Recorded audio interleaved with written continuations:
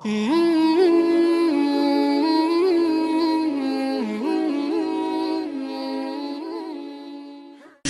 সন্ধ্যা sir, আমার নাম সিমি। আমার প্রশ্ন, ইসলামে কেন নারীদেরকে তাদের স্বামীকে তালাক দেওয়ার অনুমতি দেয়া হয়নি? বোন প্রশ্ন করলেন যে কেন নারীদেরকে স্বামীকে তালাকের অনুমতি দেওয়া হয়নি। তালাক প্রসঙ্গে বলতে গেলে বোন বিস্তৃতভাবে আপনি তালাককে 5 ক্যাটাগরিতে ভাগ করতে পারেন। একটা হচ্ছে স্বামী এবং স্ত্রীর পারস্পরিক সম্মতিতে, এটা প্রথম ক্যাটাগরি। দ্বিতীয় ক্যাটাগরি স্বামীর ইচ্ছায় একতরফাভাবে। তৃতীয় ক্যাটাগরি যদি নিকাহনামায় উল্লেখ করা হয়ে থাকে, একজন নারী যখন একজন পুরুষকে বিয়ে করেন তখন যদি তিনি চুক্তির মধ্যে এটা উল্লেখ করেন। কোরআনে কর্তৃত্ব পুরুষকে কেন দেওয়া হয়েছে এ ব্যাপারে আমি পরে আলোচনা করব। তবে নিকাহনামায় যেহেতু বিয়ে হচ্ছে একটা বৈবাহিক চুক্তি, একজন নারী যে কোনো শর্ত জুড়ে দিতে পারেন, এ ব্যাপারে নিষেধ নেই কোরআনে। এই শর্তও দিতে পারেন যে আমি চাই না আমার স্বামী দ্বিতীয় স্ত্রী গ্রহণ করুক, কেননা একজনের বেশি স্ত্রী গ্রহণ ইসলামে আবশ্যকীয় নয়। এতে রাজি থাকলে বিয়ে হবে, না হলে হবে না। মহিলা অন্য একজন পুরুষ, পুরুষ অন্য একজন নারী খুঁজে নেবে। নারী এই শর্ত দিতে পারেন যে যতদিন আমি জীবিত আছি ততদিন তুমি দ্বিতীয় স্ত্রী গ্রহণ করো, আমি চাই না সেটা। কিন্তু আপনি কোরআন পরিপন্থী কোনো শর্ত দিতে পারবেন না। আপনি এমন শর্ত দিতে পারবেন না যে আমি চাই না তুমি নামাজ আদায় করো, কারণ নামাজ আদায় করাটা হচ্ছে অবশ্যই কর্তব্য। আপনি এমন শর্ত দিতে পারেন না যে ঐচ্ছিক। অনুরূপভাবে নারী এমন শর্ত দিতে পারেন যে আমার একতরফা তালাক দেওয়ার এখতিয়ার থাকবে। একে বলে তালাকে তাবভিজ অথবা ইসমা।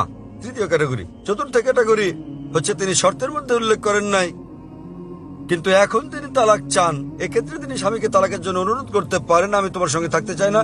স্বামীর কাছে তালাকের অনুরোধ জানালে একে বলে খুলা। এবং পঞ্চম ক্যাটাগরি, যদি স্বামী রাজি না হয়, স্বামী তার সঙ্গে দুর্ব্যবহার করে, সেক্ষেত্রে তিনি কাজীর কাছে যেতে পারেন, বিচারকের কাছে যেতে পারেন এবং তিনি নিকাহে ফাস্ক বা বিবাহ বাতিল করতে পারেন। স্বামী খারাপ ব্যবহার করলে, স্ত্রীর অধিকার না দিলে তিনি বিচারকের কাছে যেতে পারবেন, বিবাহ বাতিল করতে পারবেন। তাহলে একজন মহিলাও তালাক দিতে পারেন। তবে স্বাভাবিক পরিস্থিতিতে পুরুষদেরই এই ক্ষমতা দেওয়া হয়েছে। কেন? কারণ বিয়ের সময় যে ব্যক্তি ক্ষতিগ্রস্ত হয় তিনি পুরুষ, নারী নন। নারী লাভবান। যদি আপনি আমার কথা শুনে থাকেন, গত শনিবারে ইসলামে নারীর অধিকার, অধীনতা না সুরক্ষা এ ব্যাপারে আমি সেখানে বলেছি যে বিয়ের সময় নারীদের প্রাপ্তিযোগ ঘটে। কোরআনে বলা হয়েছে সূরা নিসা অধ্যায় 4 আয়াত নম্বর 4 যে নারীদেরকে দিয়ে দাও বিবাহের সময় বৈবাহিক পুরস্কার, মোহর। বিয়ের সময় স্বামী স্ত্রীকে দিয়ে থাকে নির্দিষ্ট পরিমাণ অর্থ মোহর। মোহর যে কোনো পরিমাণ হতে পারে। তাহলে ভাবুন, নারীর বিয়ের আগে এটা পুরুষের কর্তব্য, অর্থাৎ পিতা এবং ভাইয়ের কর্তব্য। বিয়ের পর এই দায়িত্ব তার স্বামীর, আর ছেলের তার অন্ন, বস্ত্র, বাসস্থান সহ সব আর্থিক বিষয়গুলো দেখা। যদি তালাক হয়ে যায় তাহলে তার দেখাশোনার দায়িত্ব হচ্ছে পিতামাতার। পিতামাতা না থাকলে সমাজের দায়িত্ব তার দেখাশোনা করা। সমাজ না করলে ইসলামী রাষ্ট্রের দায়িত্ব তার দেখভাল করা। তাই সে আর্থিক দিক থেকে নিরাপদ। যদি তালাক হয়ে যায়, পুরুষ তালাক দেয়, তো তার মোহর লস। কিন্তু নারীর প্রাপ্তিযোগ আছে। এখন তার বিয়ের সম্ভাবনা রয়েছে, আবার বিয়ে করলে সে নতুন মোহর পায়। আর পুরুষ যদি আরেকজন নারীকে বিয়ে করতে যায়, নতুন করে মোহর দিতে হবে। যদি পুরুষ কর্তৃক নারীকে দেওয়া হয়, তাহলে বিয়ের পর সে তালাক দিয়ে অর্থ উপার্জন করতে থাকবে। তাতে ক্ষতিগ্রস্ত কে? পুরুষ। সুতরাং সর্বশক্তিমান আল্লাহ অন্যভাবে পুরুষের মর্যাদা রক্ষা করে থাকেন। অন্যথায় ইসলামে পুরুষের অধিকার শীর্ষক লেকচার দিতে হবে। কারণ তালাক হলে পুরুষ নারীর চেয়ে আর্থিক ও অন্যান্য দিক দিয়ে বেশি ক্ষতিগ্রস্ত হয়। নারী নিরাপত্তা পায় পরিবার থেকে, সমাজ থেকে, রাষ্ট্রের কাছে। পুরুষ তা পায় না। তাই এইসব কারণে আল্লাহ সর্বশক্তিমান ঈশ্বর পুরুষকে নিরাপত্তা দিয়েছেন। তথাপিও নারী চাইলে বৈবাহিক চুক্তিতে উল্লেখ করলে সে নিজেও তালাক দিতে পারবে, অথবা সে তালাক দেওয়ার জন্য স্বামীকে অনুরোধ করতে পারে, যাকে বলে খুলা। অথবা স্বামী খারাপ ব্যবহার করলে বিচারকের কাছে যেতে পারে এবং বিবাহ বাতিল করে দিতে পারে, যাকে বলে নিকাহে ফাস্ক। আশা করি উত্তরটা পেয়েছেন। জি, আপনাকে ধন্যবাদ। হ্যাঁ, পিছনের দিকের বাইক থেকে আপনি বলুন। আমি মিসেস পল। আমি হাইকোর্টের একজন উকিল। আমি হিন্দু, বিয়ে হয়েছে খ্রিস্টানের সঙ্গে। আমার মনে এই প্রশ্নটি এসেছে মানুষ হত্যার ব্যাপারে ডাক্তার সাহেবের চিন্তা ভাবনা এবং ইসলামের শিক্ষার কথা শোনার পর।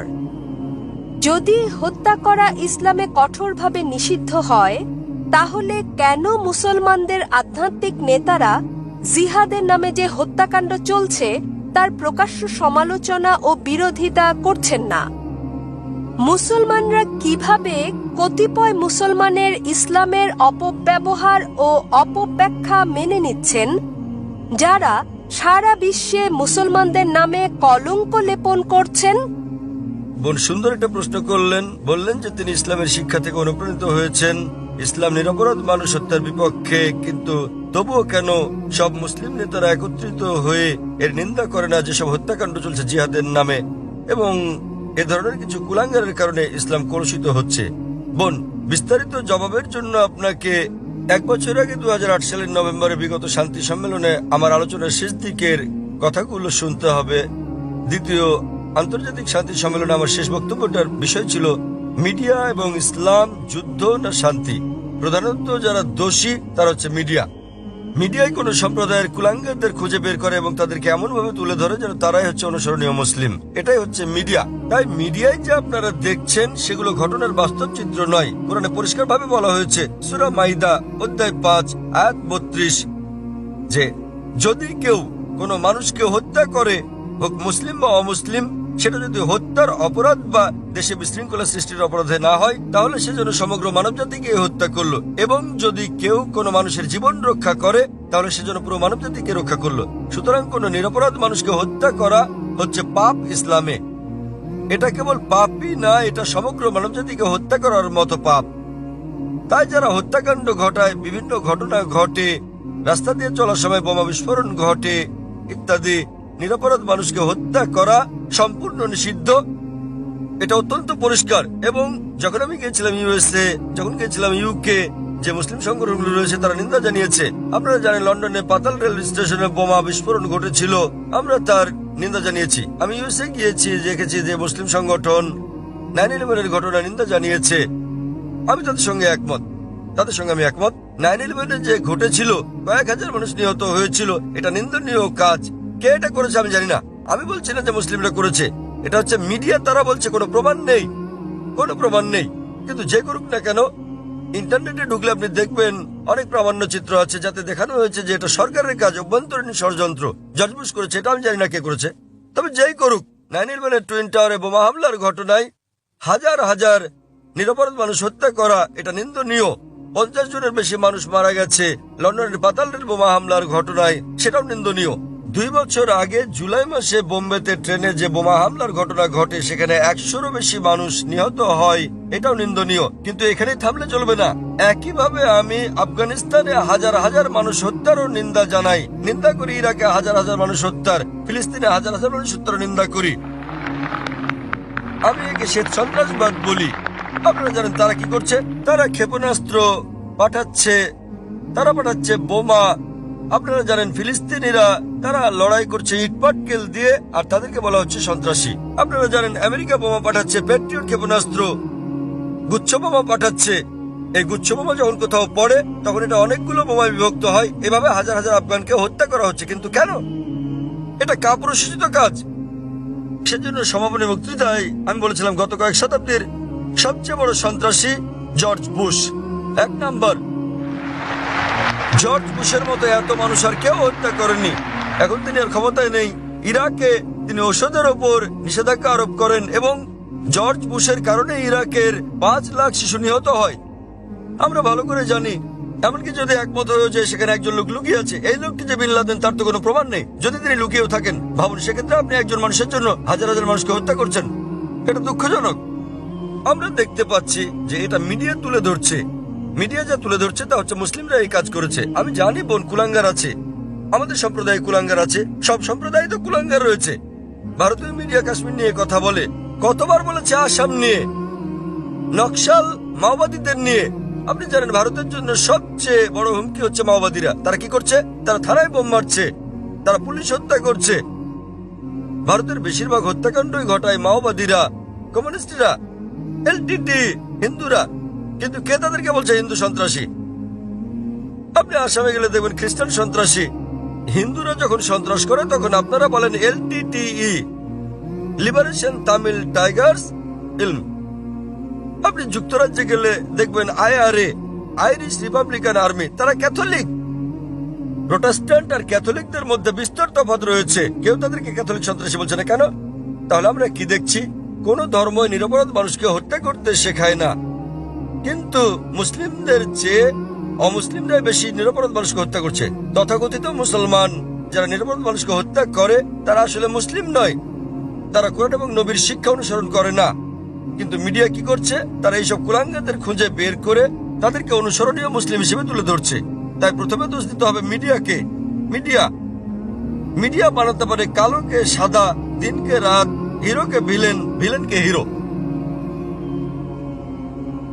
আপনি আমার লেকচার শুনতে পারেন সন্ত্রাস কি মুসলিমদের একচেটিয়া, তাহলে বিস্তারিত জানতে পারবেন ইনশাআল্লাহ। ধন্যবাদ। শুভ সন্ধ্যা স্যার। Good evening. আমার নাম রাহুল গাওকার এবং আমি একজন ছাত্র। আমি ইসলাম ধর্ম সম্পর্কে আপনার কাছে জানতে চাই, অন্যান্য মুসলমানদের তুলনায় কেন শিয়া মুসলমানদের কম গুরুত্ব দেয়া হয়। আমি আমার এক মুসলমান বন্ধুর কাছে শুনেছি তাদেরকে শিয়া পরিবারের পানীয় পান করার অনুমতি দেয়া হয় না। পানীয় না, ঠিক আছে? আমি আসলে জানতে চাই, এও বলা হয়ে থাকে যে ইরাকে সাদ্দাম হোসেন যা করেছেন, তিনি রাসায়নিক গ্যাস প্রয়োগ করেছেন, তিনি শিয়াদের উপর নৃশংসতা চালিয়েছেন, যা দ্বিতীয় বিশ্বযুদ্ধের সময় ইহুদিদের উপর হিটলারের নির্যাতনের সঙ্গে তুলনীয়। তাহলে এটিকে কি আপনি অবিচার মনে করেন না? আমি আরো জানতে চাই, প্রকৃতপক্ষে পূর্বে শিয়ারা ইসলাম ধর্মে যে ভুল করেছে তারা আজও তার প্রায়শ্চিত্ত করে যাচ্ছে কিনা। ভাই প্রশ্ন করলেন যে শিয়াদের কেন নিচ বললে গণ্য করা হয়, তারা কি অপরাধ করেছে, সাদ্দাম হোসেন কেন তাদেরকে হত্যা করেছে, যেমন জার্মানিতে হিটলার রাসায়নিক অস্ত্র দিয়ে ইহুদিদের হত্যা করেছে ইত্যাদি। ভাই ইসলামে কোনো শিয়া সুন্নি নেই, কোনো শিয়া সুন্নি নেই ইসলামে। অনেক লোক আছে। আমি উত্তরটা দেই, আমি উত্তর দেব। আপনার প্রশ্নের উত্তর দেওয়ার পর আপনি বলবেন। ইসলামে কোনো শিয়া সুন্নি নেই। কোরআনে বলা হয়েছে সূরা আলে ইমরান অধ্যায় 3 আয়াত নম্বর 103, ওয়াতাসিমু বিহাবলিল্লাহি জামিআ ওয়া লা তাফাররাকু। তোমরা আল্লাহর রজ্জু শক্ত করে ধরো এবং পরস্পর বিচ্ছিন্ন হও না। আমাদেরকে আল্লাহর রজ্জু ধরতে হবে, এটা কোরআন এবং নবী মুহাম্মদ সাল্লাল্লাহু আলাইহি ওয়াসাল্লামের সহিহ হাদিস। যদি আপনি এই রজ্জু ধরেন তাহলে আপনি খাঁটি মুসলিম। ইসলামে শিয়া সুন্নি নেই এবং ইসলামে কোনো ভাগ নেই। কোরআন বলছে সূরা আনাম অধ্যায় নম্বর 6 আয়াত নম্বর 159, হে নবী, নিশ্চয়ই যারা খণ্ড বিখণ্ড করেছে, অনেক দল করেছে ইসলাম ধর্মকে, তাদের সাথে আপনার কোনো সম্পর্ক নেই। আল্লাহ বিচার দিবসে তাদের ব্যাপারটা দেখবেন। এবং আমাদের নবী মুহাম্মদ সাল্লাল্লাহু আলাইহি ওয়াসাল্লাম বলেছেন যে মুসলিমদের মধ্যে 73টি দল হবে, এর মধ্যে কেবলমাত্র একটি দল যাবে জান্নাতে। সাহাবাগণ জিজ্ঞেস করলেন কোন দলটি? যারা অনুসরণ করবে আমাকে এবং আমার সাহাবীদের, যারা কোরআন এবং নবীর সহিহ হাদিস মেনে চলবে তারা। সুতরাং কোরআন বলছে ধর্মকে খণ্ড বিখণ্ড করো না।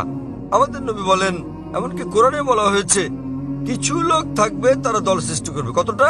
73টা। যে দল সঠিক পথে থাকবে তারা বিভাজন সৃষ্টি করবে না। সুতরাং যে কেউ নিজেকে মুসলিম ছাড়া অন্য কিছু বললেও শব্দটি হবে মুসলিম। মুসলিম মানে যে নিজের ইচ্ছাকে আল্লাহর কাছে সমর্পণ করেছে। নবী কি ছিলেন? তিনি শিয়া ছিলেন না সুন্নি ছিলেন? তিনি কি ছিলেন? তিনি ছিলেন মুসলিম। এবং এর আগে আমি বোনকে যে জবাব দিয়েছি তাতে ছিল সূরা আলে ইমরান অধ্যায় 3 আয়াত নম্বর 64 বলা হয়েছে, ফাকুলু শাদু বিআন্না মুসলিমুন। সাক্ষী থাকো যে আমরা মুসলিম। বিচার করার জন্য আপনি কি করবেন মুসলিমরা ঠিক না ভুল পথে চলছে? আপনি দেখবেন কোরআন। মোহাম্মদ, জাকির, সুলতান, আব্দুল্লাহ, যে কোনো নাম হোক, কোনো সমস্যা নেই। নিজেকে পরীক্ষা করতে বলেন। যদি সে কোরআন এবং নবীর নির্ভরযোগ্য বাণী, বুখারী, মুসলিম ইত্যাদি অনুসরণ করে তাহলে সে খাঁটি মুসলিম। যদি সে নবীর প্রকৃত শিক্ষার বাইরে যায়, বুখারী, মুসলিম এবং অন্যান্য সহিহ হাদিসের বাইরে যায় এবং কোরআনের বিপক্ষে যায়, তাহলে সে প্রকৃত মুসলিম নয়। প্রকৃত মুসলিম হচ্ছে সে যে মেনে চলে কোরআন এবং নবী মুহাম্মদ সাল্লাল্লাহু আলাইহি সাল্লামের যথাযথ শিক্ষা। সুতরাং এটা জানার পর নিজেকে সে যাই বলুন না কেন, যদি না মেনে চলেন কোরআন এবং নবীর সব শিক্ষা হাদিস, তাহলে সে প্রকৃত মুসলিম নয়। আপনার প্রশ্নের দ্বিতীয় অংশ, সাদ্দাম হোসেন। প্রশ্নের মধ্যে সাদ্দাম হোসেন নেই? আছে প্রশ্নের মধ্যে? হ্যাঁ, সাদ্দাম হোসেন। সাদ্দাম হোসেন শিয়াদের হত্যা করেন।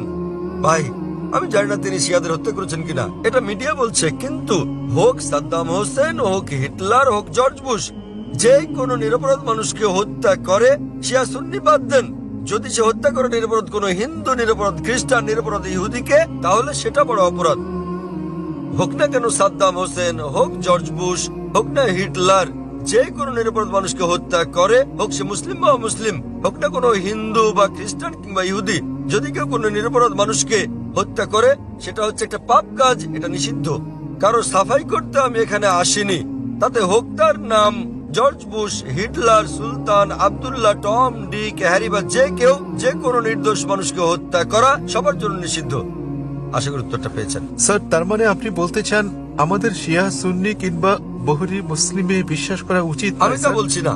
কোরআন কোন শিয়া সুন্নি নেই, কোরআনে মানে কোনো স্যার, বহরি নেই। এখানে অনেক মসজিদ আছে, অনেক মসজিদ। তাহলে আপনি তাদেরকে বলেন, তাদের জিজ্ঞেস করেন শিয়া কথাটা কোথায় আছে কোরআনে, তাকে জিজ্ঞেস করেন বহরি কোথায় আছে কোরআনে।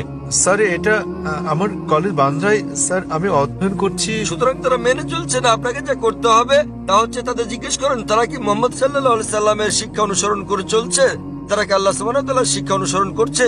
আল্লাহ কোরআনে বলেছেন সূরা আনাম অধ্যায় নম্বর 6 আয়াত নম্বর 159, যারা সৃষ্টি করেছে বিভক্তি ইসলাম ধর্মে, তাদেরকে আপনার কিছু করার নেই। ইসলাম ধর্মে বিভক্তি সৃষ্টি করা এটা হচ্ছে হারাম। তো ভালো মুসলমান হতে হলে আপনাকে আল্লাহর রজ্জু শক্ত করে ধরতে হবে, এটা বলা আছে কোরআনে। সুতরাং কাউকে আব্দুল্লাহ, সুলতান এরকম নামে ডাকলেই সে জান্নাতে যেতে পারবে না, বরং সেজন্য স্রষ্টা সর্বশক্তিমান আল্লাহর নির্দেশ পালন এবং নবী মুহাম্মদ সাল্লাল্লাহু আলাইহি সাল্লামের শিক্ষা অনুসরণ করতে হবে। ভাই, আপনাকে একটা প্রশ্ন করি, একটা প্রশ্ন। আপনি শিয়া সুন্নি নিয়ে খুবই উদ্বিগ্ন, জানতে চাচ্ছি সেটা কেন? স্যার, অনেক কিছু আমার বন্ধুরা। না, আপনি কি ইসলাম কবুল করতে চান, তারপরে কোন দলে যাবেন ভাবছেন? স্যার, আমি মানে আমি আপনাকে জিজ্ঞেস করছি, জি আপনি কি ইসলাম কবুল করতে চান আর ভাবছেন শিয়া না সুন্নিতে যোগ দেবেন, তাই? স্যার, না না, আমি ইসলাম কবুল করতে চাচ্ছেন না।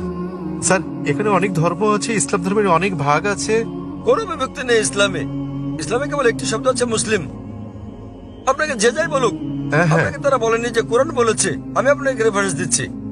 লোকটি আমাকে বলেছে তিনি সুন্নি, তিনি আমাকে বলেন তাকে সুন্নি হতে দিন, শিয়া হতে দিন, বহরি হতে দিন, যে কোনোটা। তাকে বলুন কোরআন বলছে বিভক্তি সৃষ্টি করো না। অধ্যায় নম্বর 6 লিখে রাখুন আপনি। এর অর্থ, অধ্যায় নম্বর 6। স্যার, এর অর্থ এগুলো সব হতাশাজনক। তিনি কোরআন মেনে চলছেন না। কোরআন বলছে সূরা আনাম অধ্যায় 6 আয়াত নম্বর 159, আপনি নোট করে রাখুন যে ডক্টর জাকির নায়েক বলেছেন সূরা আনাম অধ্যায় 6 আয়াত 159 আছে বিভক্তি সৃষ্টি করো না তোমরা।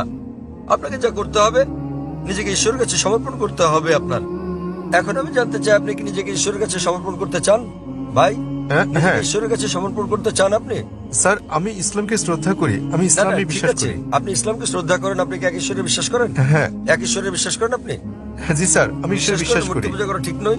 হ্যাঁ, হ্যাঁ। আপনি কি বিশ্বাস করেন ঈশ্বরের কোনো প্রতিমা নেই? ঈশ্বরের কোনো প্রতিমা নেই। আপনি কি তা বিশ্বাস করেন? আমি জানি না স্যার। আপনি কি প্রতিমা পূজায় বিশ্বাসী? হ্যাঁ, হ্যাঁ। আপনি কি প্রতিমা পূজায় বিশ্বাস করেন? কি বললেন? প্রতিমা পূজা ঠিক না ভুল? মানে ঈশ্বর? না। আপনি কি বিশ্বাস করেন প্রতিমা পূজা করা ঠিক না ভুল? হ্যাঁ, এটা ঠিক না ভুল? এটি ঠিক স্যার। প্রতিমা পূজা করা, কিন্তু এটা তো বেদের বিপরীত। আপনাদের বেদ বলছে তোমরা এক ঈশ্বর ছাড়া কারো উপাসনা করবে না। এটা উল্লেখ আছে আপনাদের যজুর্বেদে অধ্যায় 32 অনুচ্ছেদ 3, শ্বেতার উপনিষদ অধ্যায় 4 অনুচ্ছেদ 19। ना तस्य प्रतिमा अस्ति মহান ঈশ্বরের কোনো পুতুল নেই, কোনো আকৃতি নেই, কোনো ফটোগ্রাফ নেই, কোনো ছবি নেই, কোনো প্রতিমা নেই, কোনো ভাস্কর্য নেই, কোনো মূর্তি নেই। আমি আপনাকে জিজ্ঞেস করছি, যখন আপনাদের বেদ বলছে ঈশ্বরের কোনো আকৃতি নেই, কোনো মূর্তি নেই, কোনো প্রতিমা নেই, এরপরও কি আপনি প্রতিমা পূজা বিশ্বাস করেন? জি স্যার। শিয়া সুন্নি বাদ দেন, আপনাকে জিজ্ঞেস করছি, আপনি কি বেদ মানেন? স্যার, অনুসরণ করছেন কি না? ধর্ম মানেন কি না? স্যার, কারণ আমি এই ধর্মের স্যার। ঠিক, তাই আমি বলছি যে এটা আমার ভুল নয় স্যার, আমি এই এই ধর্মের মধ্যে ধর্মের জন্ম মধ্যে নিয়েছি বড় স্যার। হলেও আমি জিজ্ঞেস করছি যে অধ্যয়ন করা আপনার কর্তব্য কিনা। সে কারণে আপনার বেদ- আমি এই বিষয়টি অনুসন্ধান তাই আমি করছি। আপনাকে বলছি ভাই, আপনাদের ধর্মগ্রন্থ বেদে আছে, যজুর্বেদ অধ্যায় 32 অনুচ্ছেদ 3, শ্বেতার উপনিষদ অধ্যায় 4 অনুচ্ছেদ 19। এটা বলছে, न तस्य प्रतिमा अस्ति এটা একটা সংস্কৃত উদ্ধৃতি। এর মানে সর্বশক্তিমান ঈশ্বরের কোনো প্রতিমা নেই, কোনো আকৃতি নেই, কোনো আলোকচিত্র নেই, কোনো ছবি নেই, কোনো ভাস্কর্য নেই, কোনো প্রতিমূর্তি নেই, কোনো পুতুল নেই। যদি আপনার ধর্মগ্রন্থ বলে সর্বশক্তিমান ঈশ্বরের প্রতিমা নেই, তাহলে কি প্রতিমা পূজা করা ঠিক না ভুল? ঠিক না ভুল? ঠিক বেঠিক ঠিক করার মতো এত বড় ব্যক্তি আমি নই স্যার। না, আপনার ধর্মগ্রন্থ বলছে ঈশ্বরের কোনো আকৃতি নেই, কোনো প্রতিমা নেই, কোনো মূর্তি নেই, কোনো ছবি নেই, তথাপি ঈশ্বরের মূর্তি করা ঠিক না ভুল? কেন আমার পূর্ববর্তী ব্যক্তিগণ, মানে আমার পূর্বসূরীরা কেন এই কাজ করেছে স্যার? স্যার, আমি তাদের দোষ দিতে জি। পারি না। আমার পূর্বসূরীরা, আমার পূর্বে হিন্দু ধর্মের লোকেরা এটা করেছে স্যার। স্যার, আমি তাদের দোষ দিতে আমি পারি না। হিন্দুদের প্রশ্ন করছি না, আমি আপনাকে জিজ্ঞেস করছি আপনার ধর্মগ্রন্থ, আপনার ধর্মের সবচেয়ে গ্রহণযোগ্য গ্রন্থ কোনটি? আপনি জানেন না? কি আপনি স্যার? কি জানেন আপনার ধর্মের সর্বশ্রেষ্ঠ গ্রন্থ কোনটি?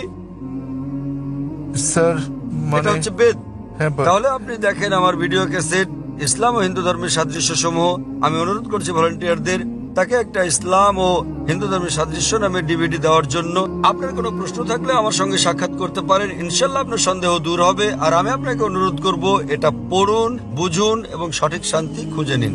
স্যার শেষ কথা আমি আপনাকে জিজ্ঞেস করতে চাই স্যার, মানে আমাদেরকে এসব বিশ্বাস করলে হবে না যে ইসলামে অনেক বিভক্তি আছে, যেমন শিয়া সুন্নি, এগুলো আমাদের বিশ্বাস করা উচিত নয়, আমাদের কেবল কোরআনে বিশ্বাস করা উচিত। কোরআন এবং নবীর সহিহ হাদিস ব্যাস। যে কোনো আলেম যায় বলুন, কোরআন বলছে সূরা নিসা অধ্যায় 4 আয়াত নম্বর 59, अतिउ अल्लाह अतिउ रसूल। আল্লাহ ও তার রাসূলকে মানো এবং অতঃপর তোমাদের মধ্যে যারা আদেশ দানের কর্তৃত্বপ্রাপ্ত, যাদেরকে এই কাজের দায়িত্ব দেওয়া হয়েছে তাদের, অর্থাৎ আপনাকে আল্লাহ এবং সর্বশক্তিমান ঈশ্বর, তার রাসূল এবং জ্ঞানী ব্যক্তিদের মান্য করতে হবে। কিন্তু আয়াতটা এখানেই শেষ হয়নি। আরো বলা হয়েছে যদি তারা কোনো বিষয়ে একমত হতে না পারে তো আল্লাহ তার রাসূলের উপর ছেড়ে দাও। যদি কেউ আপনাকে কিছু বলে আপনি তা কোরআন এবং সহিহ হাদিস দিয়ে যাচাই করুন সেটা ঠিক না ভুল। এ কারণে যে কোনো আলেম যাই বলুক না কেন তার কোনো মূল্য নেই ইসলামে। স্যার সেখানে আমাদের বিষয় হচ্ছে আল্লাহ সর্বশক্তিমান ঈশ্বরেও তার বার্তাবাহক। কোন আলেম কিছু বললে তা যদি কোরআন এবং সহিহ হাদিসের সঙ্গে মিলে তো আমরা গ্রহণ করি, আর যদি কোরআন হাদিসের বিপরীতে হয় তা প্রত্যাখ্যান করি। স্যার কোন ব্যক্তি নিজেকে মুসলিম বলে দাবি করলে আপনি তাকে বলবেন कुल हाथु बुरहानकुम প্রমাণ দাও इन कुंतुम सादिकिन। যদি সত্যবাদী হও। সে কারণেই যখন আমি প্রশ্নের উত্তর দেই আমি কোরআন এবং সহিহ হাদিসের রেফারেন্স দেই। যা আমি বলছি, যা ডক্টর জাকির নায়েক বলছেন, তা কিছুই নয় ইসলামে, কোনোই মূল্য নেই তার। আমি যা বলি ইসলামে তার মূল্য হচ্ছে শূন্য। যা কোরআন বলছে, সর্বশক্তিমান ঈশ্বর বলছেন, যা আমাদের প্রিয় নবী মুহাম্মদ সাল্লাল্লাহু আলাইহি সাল্লাম বলছেন তা মূল্যবান। তাই আমি যা দিচ্ছি তা হচ্ছে রেফারেন্স। যারা জানেন না আমি তাদের রেফারেন্স দিচ্ছি। আমার উত্তরের ভিত্তি কোরআনের বিভিন্ন আয়াতের শিক্ষা, আমার জবাবের ভিত্তি নবীর বাণী, সহিহ বুখারী খণ্ড নাম্বার ইত্যাদি প্রমাণ হিসেবে। সুতরাং তারা যা বলেন তার মূল্য আছে, আমি যা বলি মূল্য নেই। আশা করি উত্তরটা পেয়েছেন।